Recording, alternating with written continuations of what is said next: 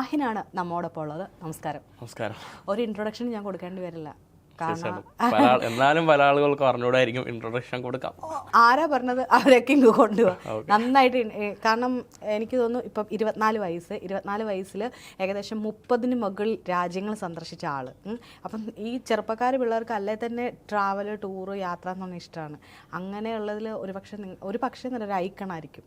അപ്പോൾ ഒരുമാതിരിപ്പെട്ട എല്ലാവർക്കും അറിയാം മാഹിനെ. പേരറിയില്ലെന്നായിരിക്കും, അവർക്ക് അറിയാവുന്ന ഒരു പേര് ഹിറ്റ്ഹാച്ചിങ് നൊമാദ്.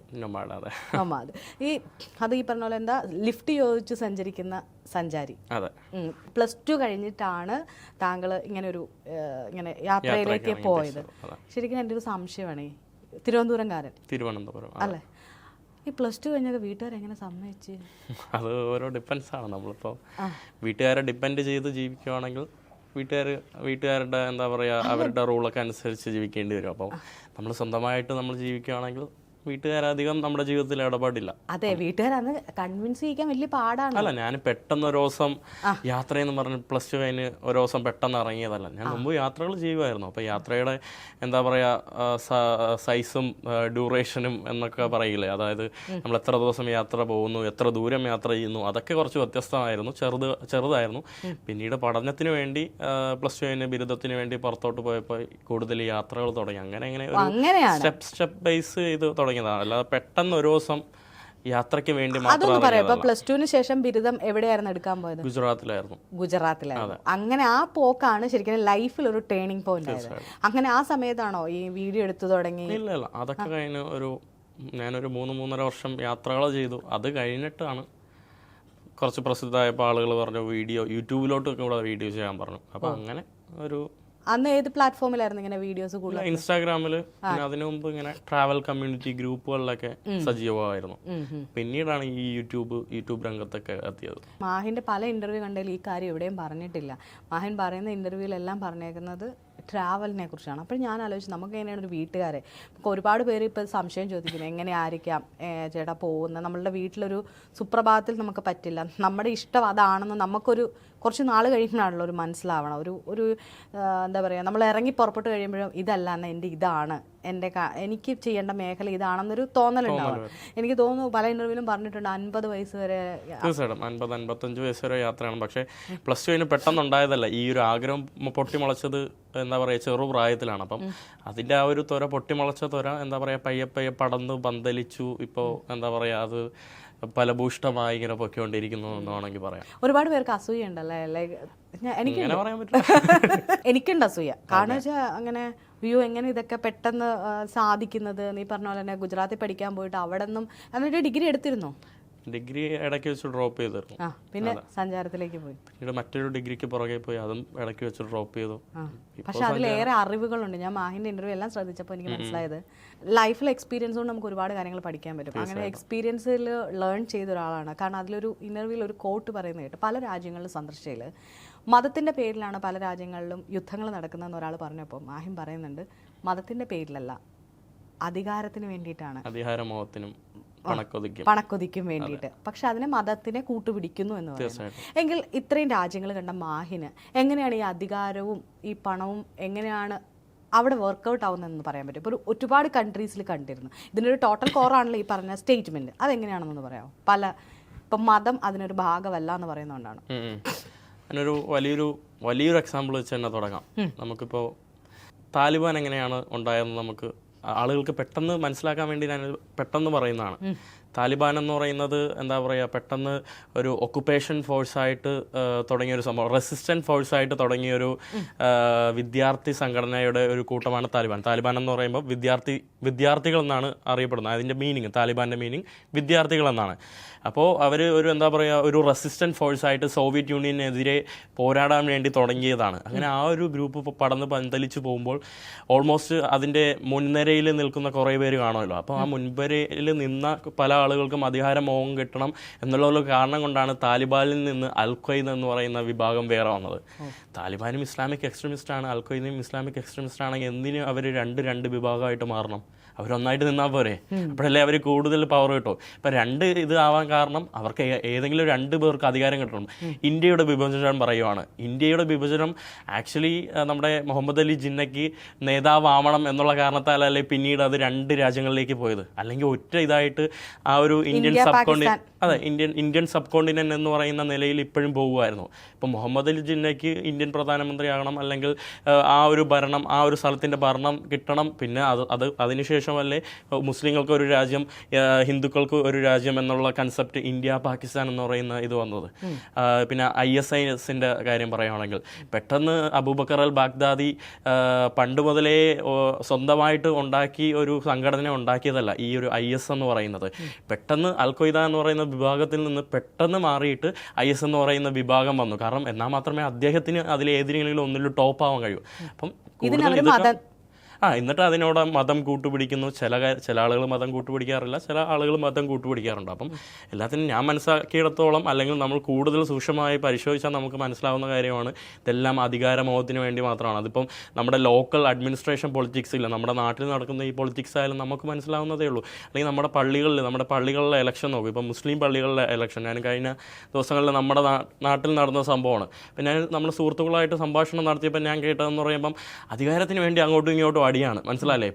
പള്ളി മതങ്ങളുടെ അർത്ഥം എന്ന് പറയുന്നത് എന്താ പറയുക, സാഹോദര്യം, സ്നേഹം, സമത്വം, അങ്ങനെയൊക്കെയല്ലേ നമ്മൾ പറയുന്നത്. അപ്പോൾ എന്തിനു വേണ്ടി ഇവർ പള്ളിയുടെ പ്രസിഡന്റ് ആവണമെന്ന് പറഞ്ഞ് അധികാരമോഹത്തിന് വേണ്ടി തർക്കം ചെയ്യണം? ഒരാളാവണമെങ്കിൽ ആവട്ടെ, അവർ നല്ലതുപോലെ ബാക്കി കാര്യങ്ങൾ നോക്കി നടത്തിയാൽ പോരെ. ഇപ്പം മനുഷ്യന് ഏറ്റവും ഇഷ്ടമുള്ള ഒരു സംഭവമാണ് പണവും അധികാരവും എന്ന് പറയുന്നത്. അത് മനുഷ്യൻ അത് തലയിൽ കയറിയാൽ സ്വാഭാവികമായിട്ടും അത് അവർക്ക് ഇറക്കി വെക്കാൻ കുറച്ച് ബുദ്ധിമുട്ടായുള്ള ഒരു സംഭവമാണ്. ഈ അധികാരത്തിൻ്റെ കാര്യം പറഞ്ഞു. അപ്പോൾ ഒരു ഇതിൽ പറഞ്ഞിരുന്നു, സ്റ്റേറ്റ്മെൻ്റ് ആയിട്ട് പറഞ്ഞിരുന്നു, ഈ അധികാരം കിട്ടിക്കഴിഞ്ഞു കഴിഞ്ഞാൽ പിന്നീട്, അതായത് ഒരു യാത്രയിൽ പിടിക്കപ്പെടുകയും ജയിലിലാക്കപ്പെടുകയും ചെയ്തപ്പോൾ അൽ ഖ്വയ്ദ തീവ്രവാദികളുടെ അടുത്ത് പോവുകയും അവിടെ വെച്ചിട്ട് താലിബാനിൽ പോയിട്ട് അവിടെ വെച്ച് പിടിച്ചിരുന്നു. അപ്പോൾ എന്നോട് പറഞ്ഞു, അന്ന് പിടിച്ചതിന് ശേഷം അവർ അധികാരത്തിൽ വന്നവർ കുറച്ചുകൂടെ സിമ്പിളായിട്ട് കാര്യങ്ങളെ കണ്ടു എന്നുള്ള തരത്തിൽ പറഞ്ഞിട്ടുണ്ടായിരുന്നു. എനിക്ക് തോന്നുന്നു താലിബാൻ എന്ന് പറയുന്ന ഒരു തീവ്രവാദ സംഘടനയായിട്ട് മുദ്രകുത്തിയ ആളുകളാണല്ലോ. എനിക്ക് തോന്നുന്നു അവരിപ്പോൾ അധികാരത്തിൽ വന്നപ്പോൾ അവരെ ലോം വർക്കേഴ്സ്, അല്ലെങ്കിൽ അവരെ ഒരു സാധാരണ ഗവൺമെന്റ് ആയിട്ട് പുറം ലോകം അംഗീകരിക്കുന്നു, അല്ലെങ്കിൽ മറ്റു രാജ്യങ്ങൾ അംഗീകരിക്കുന്നു. നാളെ ഇപ്പോൾ നമ്മുടെ നാട്ടിൽ മാവോയിസ്റ്റ് എന്ന് പറഞ്ഞാൽ എന്താണ് അർത്ഥം വെക്കുന്നത്? മാവോയിസ്റ്റ് എന്ന് പറഞ്ഞാൽ ചിലപ്പോൾ ഏതെങ്കിലും ഏതെങ്കിലും കാട്ടിൽ ജീവിക്കുന്ന ആളുകൾ, ഏതെങ്കിലും വനമേഖലയിൽ ജീവിക്കുന്ന ആളുകൾ പെട്ടെന്ന് ഒരു ദിവസം ഏതെങ്കിലും ഗവൺമെന്റ് ഒരു ടെൻഡർ കൊടുക്കുന്നു, ആ കാടെല്ലാം കുത്തിപ്പൊട്ടിച്ച് അവിടുത്തെ മിനറൽസ് എടുക്കാൻ വേണ്ടി. അപ്പം അവരുടെ നാട് സംരക്ഷിക്കാൻ വേണ്ടി പെട്ടെന്ന് ഒരു കൂട്ടം ഉണ്ടാകുന്നു. അവരുടെ നാടിന് വേണ്ടി വടിവാളോ അല്ലെങ്കിൽ വാളോ സംഭവങ്ങളൊക്കെ എടുത്ത് അവർ ഇറങ്ങുന്നു. അപ്പം അവരെ മാവോയിസ്റ്റ് എന്ന് ഗവൺമെൻറ് വിളിക്കുന്നു. ഈ പറയുന്ന ആളുകൾക്കും ആക്ച്വലി നമ്മുടെ ഫിഡൽ കാസ്ട്രോ പറഞ്ഞ ഒരു വാക്കുണ്ട്, ഈ റെവല്യൂഷണറീസിന് ആക്ച്വലി ആം എടുത്തിട്ട് അവർക്ക് പൊരുതാൻ ആക്ച്വലി ആവശ്യമില്ല. അവരുടെ റെവല്യൂഷണറീസിൻ്റെ യഥാർത്ഥ പാത്ത് എന്ന് പറയുമ്പോൾ, റെവല്യൂഷണറീസിൻ്റെ ബെസ്റ്റ് പാത്ത് എന്ന് പറയുമ്പം ആം കൊണ്ടല്ല സംഭവം. ആക്ച്വലി അവരെ ഫോഴ്സ് ചെയ്യപ്പെടുകയാണ് ആംസ് കൊണ്ട് പോരാടാൻ വേണ്ടി. കാരണം ഒപ്രസ് ചെയ്യുന്ന ആൾക്കാർ ഫോഴ്സ് ചെയ്യുവാണ്. കാരണം തീർച്ചയായിട്ടും. അപ്പം അതാണ് ഒരു റെവല്യൂഷണറി ആളുകളും ഒരിക്കലും വിചാരിക്കുന്നില്ല അവരുടെ ബെസ്റ്റ് പാത്ത് ഇതാണ്, ആംസ് കൊണ്ട് പോരാടണമെന്ന്. അത് അവർ ആക്ച്വലി ഫോഴ്സ് ചെയ്യപ്പെടുകയാണ്. മനസ്സിലായില്ലേ?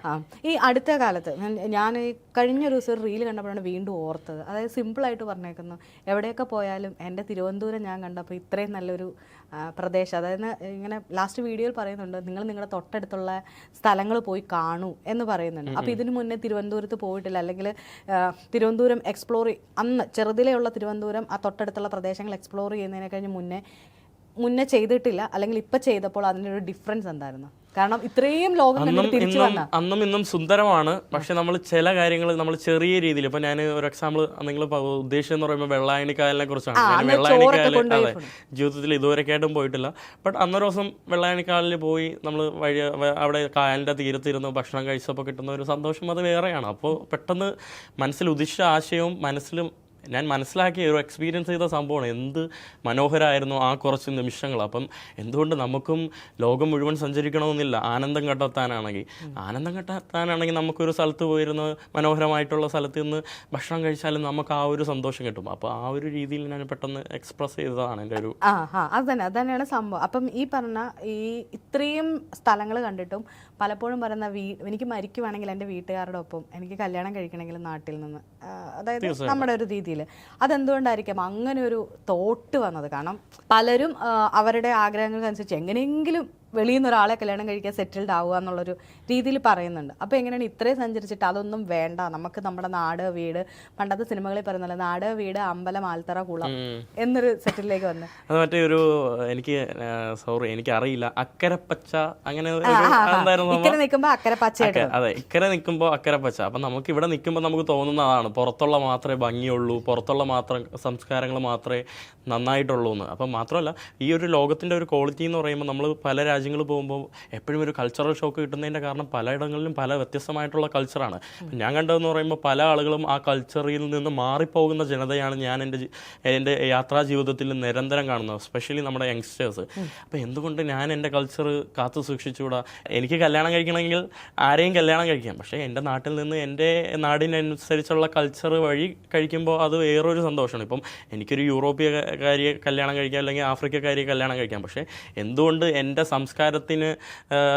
സംസ്കാരത്തിനനുസരിച്ച് കല്യാണം നടത്തിക്കൂടാ? അപ്പോൾ ഞാൻ എൻ്റെ ഒരു സംസ്കാരം കാത്തു സൂക്ഷിക്കുക കൂടി ചെയ്യുന്നില്ല. എല്ലാ ലോകഭാഗങ്ങളും ഒരേ സെയിം ആയിട്ടുള്ള കൾച്ചറാണെങ്കിൽ അതിലൊരു അർത്ഥമില്ല. എല്ലായിടത്തും ഒന്നാണെങ്കിൽ നമ്മുടെ ലോകം വൈവിധ്യമാകുന്നതെന്ന് പറയുമ്പം അങ്ങ് പോകുമ്പോൾ വേറൊരു ഭക്ഷണം, ഇങ്ങ് പോകുമ്പോൾ വേറൊരു ഭക്ഷണം. ഈവൻ ഇന്ത്യയിലാണെങ്കിൽ തെക്കും വടക്കും ഉത്തര ഭാഗത്തും എല്ലായിടത്തും നമുക്ക് വ്യത്യസ്തമായിട്ടുള്ള ഭക്ഷണമാണല്ലോ.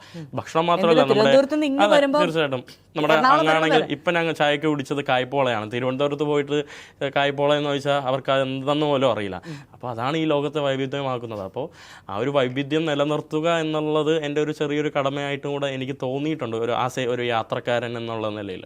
അതുകൊണ്ട് ഇവിടെ തന്നെ മതി എൻ്റെ പാർട്ട്ണർ. അല്ല, ഇവിടെ നിന്ന് മതി എന്നല്ല, പാർട്ട്ണർ എവിടെ നിന്നോ ആയിക്കോട്ടെ. കല്യാണം കഴിക്കുമ്പോൾ ഇവിടുത്തെ രീതിയിലും കല്യാണം കഴിക്കാം, അവിടുത്തെ രീതിയിലും കല്യാണം കഴിക്കാം. അല്ലാതെ ഇവിടുത്തെ പാർട്ട്ണറിനെ മാത്രമേ കല്യാണം കഴിക്കൂന്ന് അല്ലല്ല. ഞാൻ ഒരു ഇന്റർവ്യൂവിൽ ഇങ്ങനെ പറയുന്നത് കേട്ടു, ഒരു ഇൻട്രസ്റ്റ് പോലെ. അപ്പൊ അതൊന്ന് ക്ലാരിഫൈ ചെയ്ത് ചോദിച്ചത്. എനിക്ക് തോന്നുന്നു തെറ്റിദ്ധാരണ ആയിരിക്കും. എനിക്ക് തെറ്റിദ്ധാരണ ഒന്നുമില്ല, അതുകൊണ്ട് എല്ലാവരും പേടിക്കണ്ട.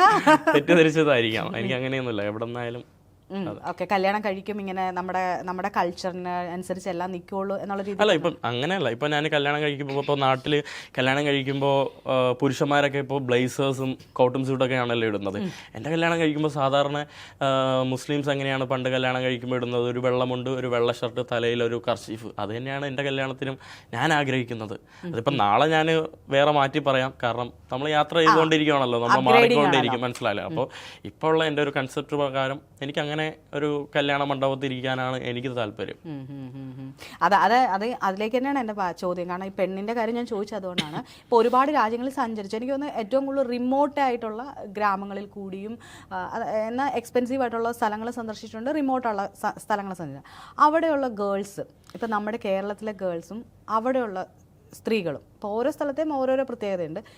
ഒരു കൾച്ചറലി ഭയങ്കര ഡിഫറൻസ്, അല്ലെങ്കിൽ ആരായിരിക്കാം കുറച്ചുകൂടെ കാര്യങ്ങളെ തന്മയത്വത്തോടെ കാണുന്നതെന്ന് തോന്നുന്നുണ്ട്. കാരണം എൻ്റെ ഒരു ഒപ്പീനിയൻ പറയുകയാണെങ്കിൽ വെസ്റ്റേൺ കൺട്രീസിൽ നമ്മളൊക്കെ നോക്കി കാണുമ്പോൾ വെസ്റ്റേൺ കൺട്രീസിലുള്ളവർ കുറേ കൂടെ സെൽഫ് സഫീഷ്യൻ്റ് ആണ്. അവരുടെ കാര്യങ്ങൾ ഒരു 18 വയസ്സ് 16 വയസ്സ് കഴിഞ്ഞ് കഴിഞ്ഞാൽ അവരുടെ കാര്യങ്ങൾ നോക്കി ജീവിക്കുകയാണ്. ഇവിടെ അത് സാധ്യമല്ല. ഈ പറഞ്ഞ പോലെ നമ്മളെല്ലാം ഡിപ്പെൻഡൻ്റ് ആണ്. എല്ലാവരും കല്യാണം കഴിഞ്ഞാലും ഡിപ്പെൻഡൻ്റ് ആണ്, കല്യാണം കഴിക്കുന്നതിന് മുന്നേ ഡിപ്പെൻഡൻ്റ് ആണ്.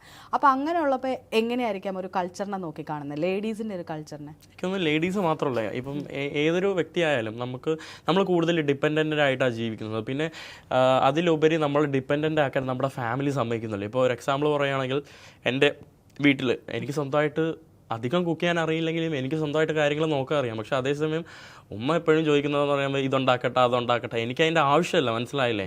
അപ്പോൾ എനിക്കാകെ ആവശ്യമുള്ളതെന്ന് പറയുമ്പോൾ തുണി കഴുകാൻ കുറച്ച് മടിയാണ്, ബാക്കിയെല്ലാം ഞാൻ ആക്ച്വലി ചെയ്യും. പക്ഷേ എന്നിരുന്നാലും എൻ്റെ ഉമ്മ ഇങ്ങനെ കീപ്പ് ആസ്കിങ് ആണ്, എന്ത് വേണം. എനിക്ക് ആക്ച്വലി എൻ്റെ കാര്യം നോക്കറിയാം. അപ്പോൾ ഞാൻ ആക്ച്വലി ഡിപ്പെൻഡൻ്റ് ആയിട്ട് പോവുകയാണ്. അതേസമയം ഇപ്പോൾ യൂറോപ്പിലാണെങ്കിൽ നമുക്ക് അവർ സെൽഫിഷ് ആണെന്ന് തോന്നും, പാരൻസ് സെൽഫിഷ് ആയതുകൊണ്ടാണ് അവരെ നോക്കാത്തത് തോന്നും. ബട്ട് അവരുടെ ഒരു സംസ്കാരം അങ്ങനെയാണ്. അവർ ഒരു 18 വയസ്സ് കഴിയുമ്പോൾ സ്വന്തമായിട്ട് അവരുടെ കാര്യങ്ങളെല്ലാം നോക്കുന്നു. അതുകൊണ്ട് തന്നെ അവർ പെട്ടെന്ന് തന്നെ എന്താ പറയുക, അവരുടെ ഒരു നമ്മൾ മെച്ചുവേർഡ് ആവുന്നതിന് കുറച്ച് നാൾക്ക് മുന്നേ അവർ മെച്ചുവേർഡ് ആവും. കാരണം അവർ കൂടുതൽ കാര്യങ്ങൾ സ്വന്തമായിട്ട് ചെയ്യും, സ്വന്തമായിട്ട് എന്താ പറയുക സെൽഫായിട്ട് തന്നെ അവർ ഓരോ കാര്യങ്ങൾ ചെയ്ത് ശീലിച്ച് എനിക്കൊന്നും ആ ഒരു ജീവിതം എന്തുകൊണ്ടും നല്ലതാണ് എന്നാണ് എൻ്റെ ഒരു അഭിപ്രായം. കാരണം സ്വന്തമായിട്ട് കാര്യങ്ങൾ ചെയ്ത് സ്വന്തമായിട്ട് ചെറുതിലെ തന്നെ പഠിക്കുമ്പോൾ നമുക്ക് എല്ലാം ഈസി ആയിട്ട് ചെയ്യാൻ കഴിയും. നമ്മുടെ നാട്ടിൽ എന്ന് പറയുമ്പോൾ ഒരു ചില വീടുകളിൽ എന്ന് പറയുമ്പോൾ 24 വയസ്സ് കഴിഞ്ഞാലും ചിലപ്പോൾ വീട്ടിൽ നിന്ന് പുറത്തിറങ്ങാൻ അമ്മയുടെ അനുവാദം ചോദിക്കണം, അച്ഛൻ്റെ അനുവാദം ചോദിക്കേണ്ട അവസ്ഥയാണ്. അപ്പോൾ അതിനെക്കാട്ടി ബെറ്ററാണ് സ്വന്തമായിട്ട് കുറച്ച് ഫ്രീഡം, കുറച്ച് എന്താ പറയുക പക്വതയോടെ പെരുമാറാനുള്ള ഈ ഒരു ഇതിൽ നിന്ന് കിട്ടിയാൽ അതായിരിക്കും എനിക്ക് തോന്നുന്നു ബെറ്റർ എന്ന്. അതെ, തീർച്ചയായിട്ടും.